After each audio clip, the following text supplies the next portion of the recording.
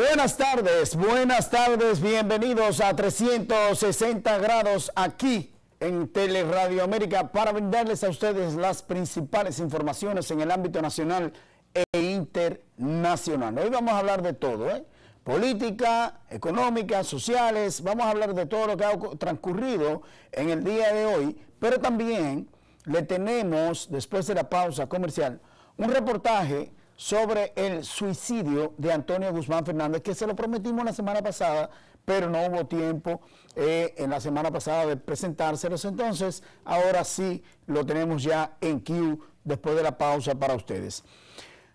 Inmediatamente, porque vamos a aprovechar el tiempo, vamos a hablar del Twitter que emitió en el día de hoy Margarita Cedeño de Fernández.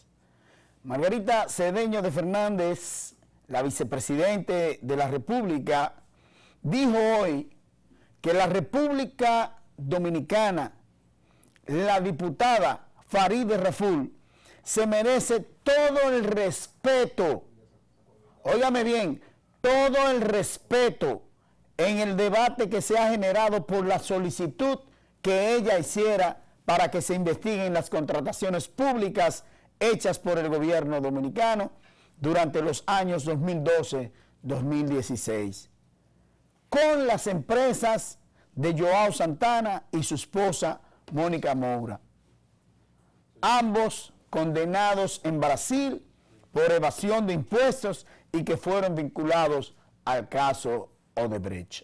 Óigame bien, por el hecho de que Farideh Raful había emitido esta denuncia en la Cámara de Diputados y había exigido al hemiciclo que se conforme una comisión para investigar estos hechos, han comenzado los epítetos y peyorativos en contra de Farideh Raful.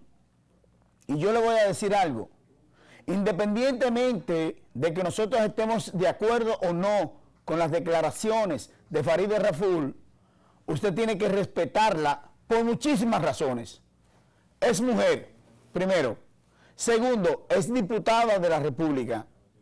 Tercero, es una política de la República Dominicana y ella ha demostrado tener, bueno, por lo menos interesa al momento de emitir sus declaraciones. Y entonces parece que esos peyorativos y epítetos llegaron a los oídos de Margarita Cedeño de Fernández. Y por eso ella emite este tweet que ustedes veían en pantalla y que lo vamos a colocar de nuevo. Dice: Farideh Raful se merece todo el respeto en este debate que, al final de cuentas, enriquece nuestra democracia y la transparencia que hemos sembrado en los gobiernos del Partido de la Liberación Dominicana. Y dice: rendir cuentas es parte de nuestras responsabilidades. Bien por ti, Farideh Raful, escribió la vicepresidenta Margarita Cedeño de Fernández a través de su cuenta de Twitter.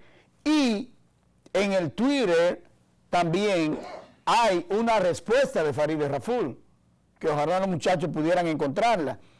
Y es que ella entonces agradece a Margarita Cedeño de Fernández su manifestación y dice Farideh Raful en respuesta a Margarita Cedeño de Fernández: gracias, doña Margarita Cedeño de Fernández, por manifestar su respeto al derecho que tenemos como ciudadana y congresista. Oigan lo que dice: ojalá y todos sus compañeros asumieran el rol institucional que les corresponde en favor de nuestra democracia. Nuestros o mis saludos, dice Farideh Raful. Y dice Margarita Cedeño de Fernández, a continuación entonces, porque fue una serie de twitters respondidos, dice: el ministro José Ramón Peralta ha facilitado las informaciones disponibles. Y dice Margarita: estoy segura que está a la disposición para cualquier otro requerimiento. Ahora bien, hemos dicho aquí que ya que el gobierno emitió esta carta oficial el ministro administrativo de la presidencia y el director de comunicaciones, DICOM, precisamente, yo creo que lo más pertinente es que la Cámara de Diputados y los miembros del Partido de la Liberación Dominicana que están en la Cámara de Diputados deben ser flexibles a esta instancia de Farideh Raful. Tan simple como eso. Porque si usted, como pasó ayer, que no se aprobó la investigación que exige Farideh Raful, una comisión para investigación de esos hechos, de esa denuncia que ella hace, pues entonces están tratando de ocultar algo. Si tiene otra actuación, la Cámara de Diputados dice que investiguen, no importa, ahí están los hechos, ahí están los datos, que investiguen, no importa. Entonces daría oportunidad a la democracia y al país de conocer los hechos tales como sucedieron. Si el gobierno no tiene nada que ocultar, como bien lo dice el ministro administrativo de la presidencia y el director de comunicaciones, ¿por qué entonces la insistencia de ocultar y de tratar de impedir esta investigación? Hay como una especie de nebulosa en esta situación y le están dando la razón a Farideh Raful. Señores, yo voy a reiterar lo que dije ayer. Para mí, Farideh Raful, cuando emitió esas denuncias la semana pasada, que fue el jueves de la semana pasada, que se armó una alaraca en esa Cámara de Diputados, nosotros decíamos, eso es un ardid político de Farideh Raful para llamar la atención ante la opinión pública y lo que ha hecho todo el tiempo. Y eso no iba a pasar de ahí. Pero, ante la insistencia de Farideh y del respaldo que tuvo esa posición en las redes sociales y en los medios de comunicación, el gobierno, a través del ministro administrativo de la presidencia y el director de comunicaciones, Roberto Rodríguez de Marchena, le dan un realce a esta instancia de Farideh Raful y lo convierten en un hecho de tanta importancia porque se emitió una nota oficial del gobierno.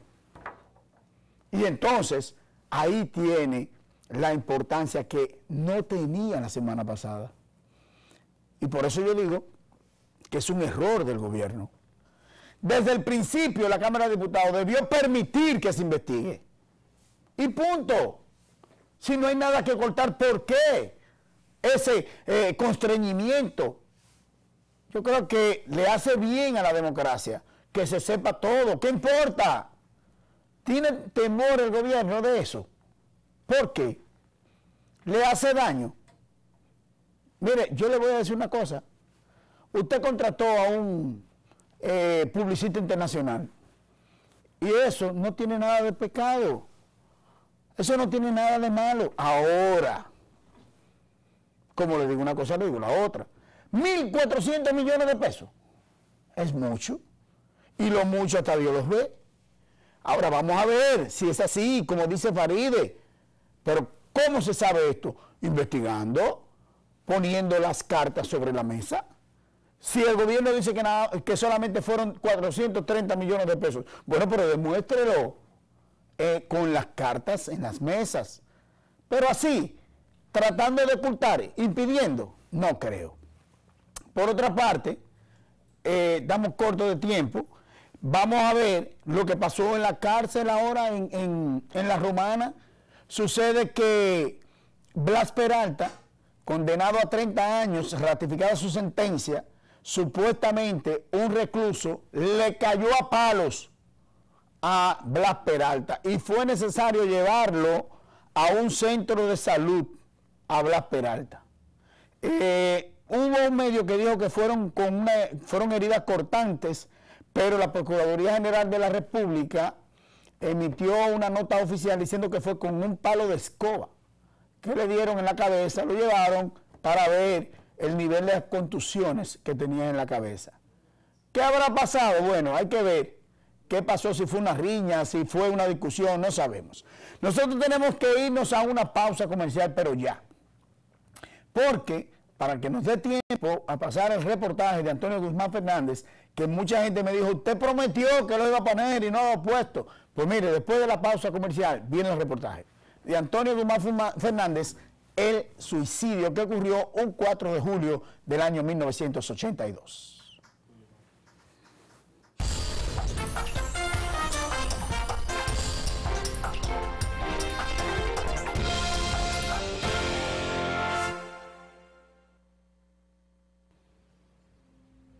Presidente Antonio Guzmán Fernández, 36 años de su trágica muerte.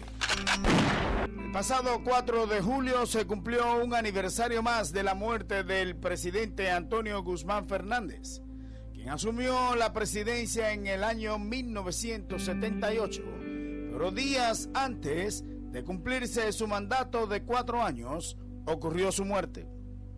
Y tenemos testigos de este hecho histórico: el general Adriano Silverio Rodríguez y el doctor José Joaquín Puello Herrera, quien a la sazón fue uno de los médicos que trató de salvarle la vida al presidente Guzmán Fernández. Silverio Rodríguez se desempeñaba como miembro del cuerpo de ayudantes militares que acompañaban al presidente Guzmán Fernández y fue testigo ocular y presencial de los hechos. La cosa es que vamos hacia la capital y en vez de ir al palacio, el presidente dio orden. Yo iba en el carro de adelante, en el puntero, lo que llama el carro, el franqueador. Detrás, yo iba en mi carro negro, era el que iba detrás del motorista, del franqueador. Y o sea que el carro presidencial iba detrás mío. Dieron orden que siguiéramos hacia la casa que tenía el presidente, donde vivía, que era la avenida Bolívar, entre la Jiménez Moya y la Lincoln, ahí ahora en edificio alto, ahí vivía el presidente. Y ahí entramos, el presidente se desmontó de su limusina, entró, ahí no había nadie, en esa casa no había nadie, porque la familia estaba en Juan Dolio, y apenas había un servicio ahí, una persona. Él entró a un cuarto y sacó de la casa un sobre Manila y lo traía debajo del brazo izquierdo, porque el derecho estaba, se había fracturado ese brazo y no lo manejaba de manera diestra. De manera que cuando él viene a montarse, que no duró más de 5 o 6 minutos dentro de la casa, se viene a montar con el sobre Manila ahí había un revólver que él había extraído, sacado de la casa. Bueno, viene a ser que cuando viene a montarse en su limusina, donde se va a montar en el carro mío, o sea, estaba tan fuera de sí el presidente, que él desconoce cuál es su limusina y va a montarse en el carro patrullero mío, en el carro de escolta mío. Y ahí es que yo me aparto a la puerta y le dice el jefe de escolta, el coronel Mejía, presidente, no, es aquí, venga, y lo trae y se monta. Ahí fue que todos nos miramos, tipo, está fuera de sí el presidente. ¿Y qué pasa? Que confunde su limusina con el carro de escolta. Bueno, fuimos a Palacio, arrancamos para Juan Dolio. La orden es hacia Juan Dolio, porque él vino a buscar esa arma. Fíjate, él vino a buscar el arma a su casa. Estamos cruzando el puente Duarte hacia Juan Dolio, y ahí que yo recibo la orden, y el motorista, el franqueador también, de que hay que doblar hacia Villa Duarte para regresar al palacio, para venir al palacio, que no vamos a Juan Dolio, que él quiere ir al palacio. Era un sábado, todo el mundo dice palacio. Todos nos sorprendimos porque eso era inusual totalmente con el presidente Fernández. Dimos la vuelta, Antonio Guzmán Fernández, dimos la vuelta hacia Villa Duarte, pasamos por el puente Duarte, por abajo del puente Duarte, hasta regresar, tomar el puente por aquel lado, por la parte norte del puente. Y regresamos hacia el palacio por la avenida 27 de febrero y tomando la Doctor Delgado. Bueno, la cosa es que ahí entró a su despacho. Se siente el presidente en su escritorio y ahí el presidente luce triste. Se veía una persona que no tenía un propósito claro de lo que había ido a hacer al Palacio en ese momento. Ahí me tocó estar, para ese momento, detrás de él en su oficina.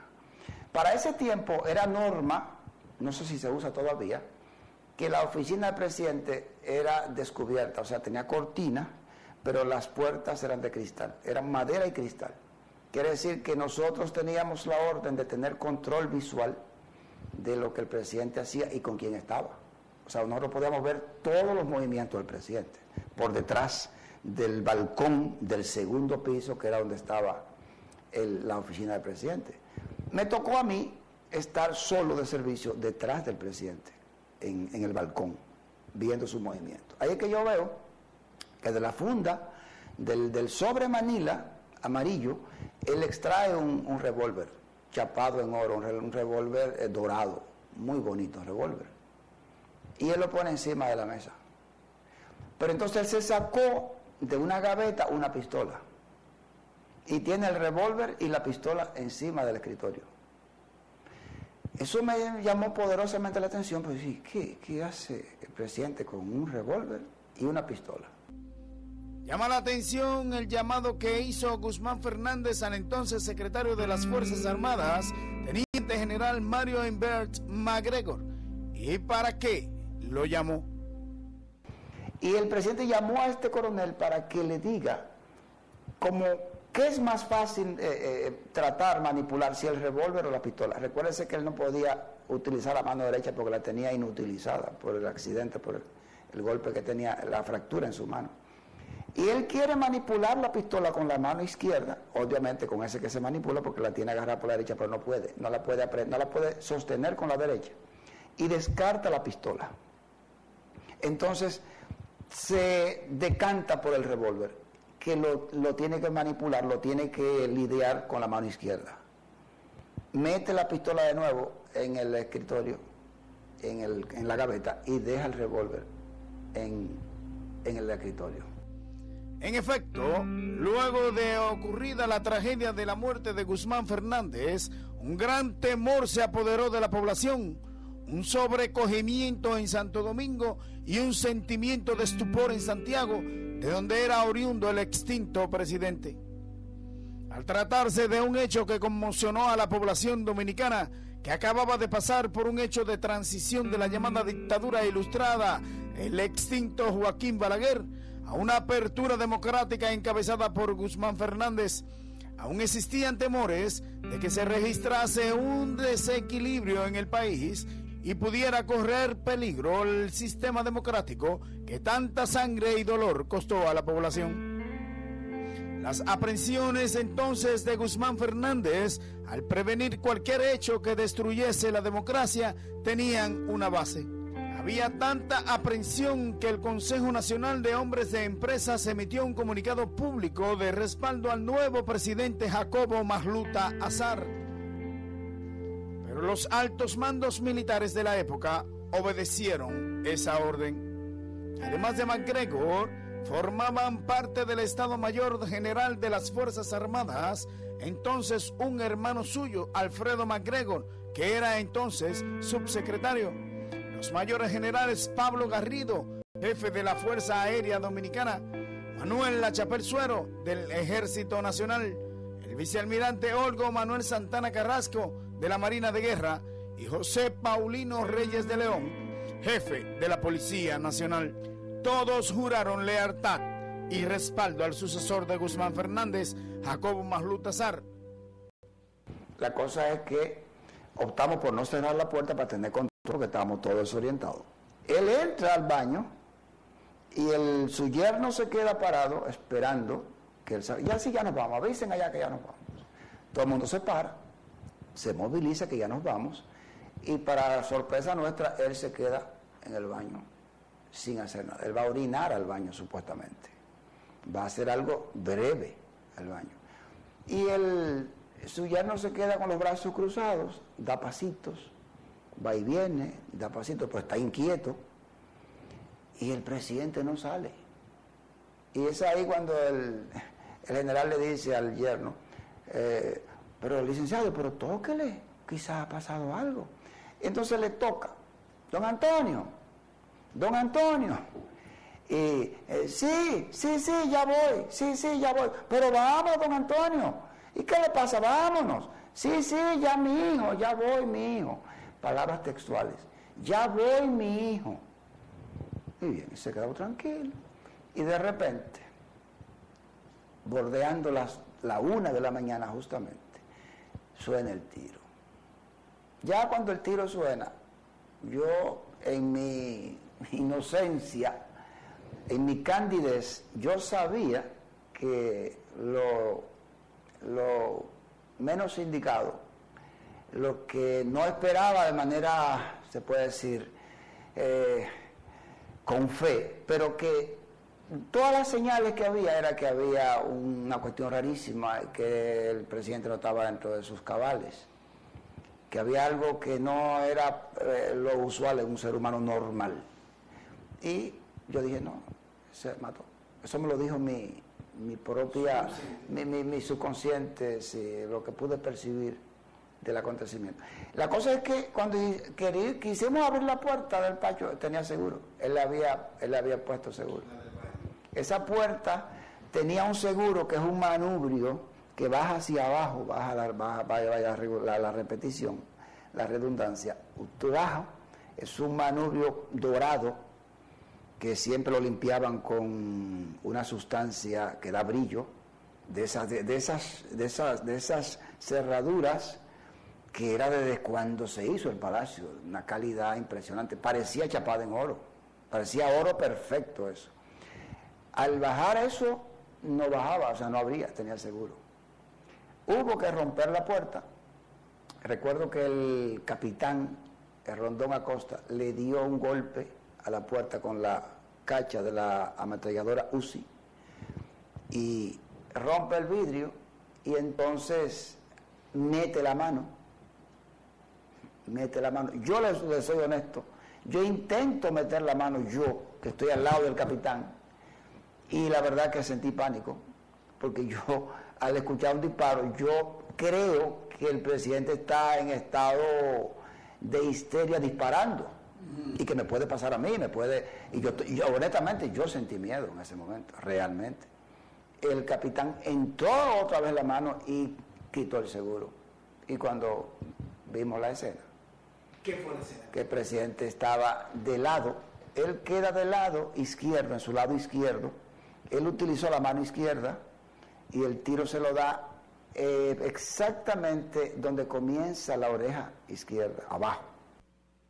Luego entonces de la llegada de Guzmán Fernández al Hospital Militar Enrique Lithgow Seara, donde fue trasladado y operado de urgencia, allí estaba el doctor Puello Herrera.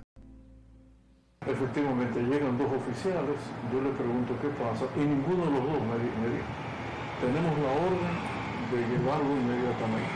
Y yo le pregunto que si puedo ir en mi vehículo y me dicen que no, que es muy urgente. Bueno, efectivamente, tengo a mi hija, me monto con ellos, llego al hospital y sí me extrañó la cantidad de centinelas que había ya en el hospital en ese momento. No era nada extraño cuando habían cosas importantes. Pero cuando voy subiendo la escalera, veo que hay una gran cantidad de gente en el segundo piso, acumulados cerca del quirófano, de la sala de operaciones que estaba en el ala oeste del hospital, muy cercano, casi ventana con ventana, con lo que todavía es el Instituto del Cáncer, ahí en la UAS. Inmediatamente me acerco, visualizo a doña René, la esposa, la viuda del presidente Guzmán. Y lo que yo pensé en ese momento, y lo digo ahora, yo nunca pensé que era el presidente. Yo pensé que era un hijo, un nieto, alguien muy cercano a la familia, su hermano, que era médico, urólogo, un gran médico. Pero cuando ella se me acerca, ella me abraza y me dice, sálvelo, doctor, sálvelo. Entonces yo le pregunto, ¿qué ha pasado, doña René? Me dice, es Antonio, me dice. Y inmediatamente entré a la sala de operaciones y aquí viene entonces la historia. Encuentro al presidente en la mesa de operaciones, ya estaba rodeado de la mayoría de los médicos militares que estaban de guardia, ya estaba intubado, o que a ellos los anestesistas los ven intubados, pero había un charco de sangre, así mismo, que quiero definir, en la cabeza de don Antonio. Los médicos de la época coinciden totalmente con Pollo Herrera, donde refiere sobre la posibilidad de la intervención de un aerohospital en el que intentó salvarle la vida a Guzmán Fernández.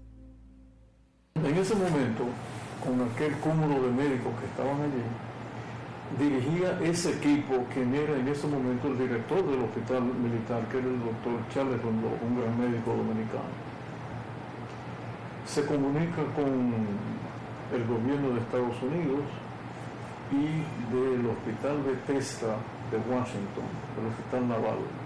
Sale cerca de las 3:30, 4 de la mañana, sale un avión ambulancia con todo un equipo quirúrgico para atender al presidente Guzmán. Tenían neurocirujanos, cirujanos generales, anestesiólogos, un verdadero hospital, un hospital ambulante, volante.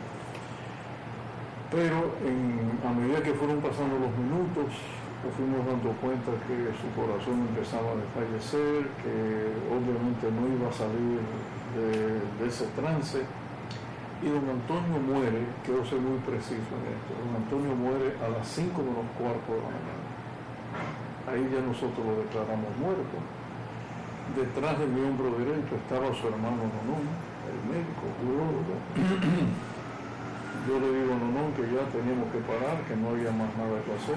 Él lo acepta, él sale a hablar con la familia, y el avión que había salido de Washington, entonces las Fuerzas Armadas se comunican con el Departamento de Estado y le piden que el avión se devuelva, que ya el presidente estaba muerto.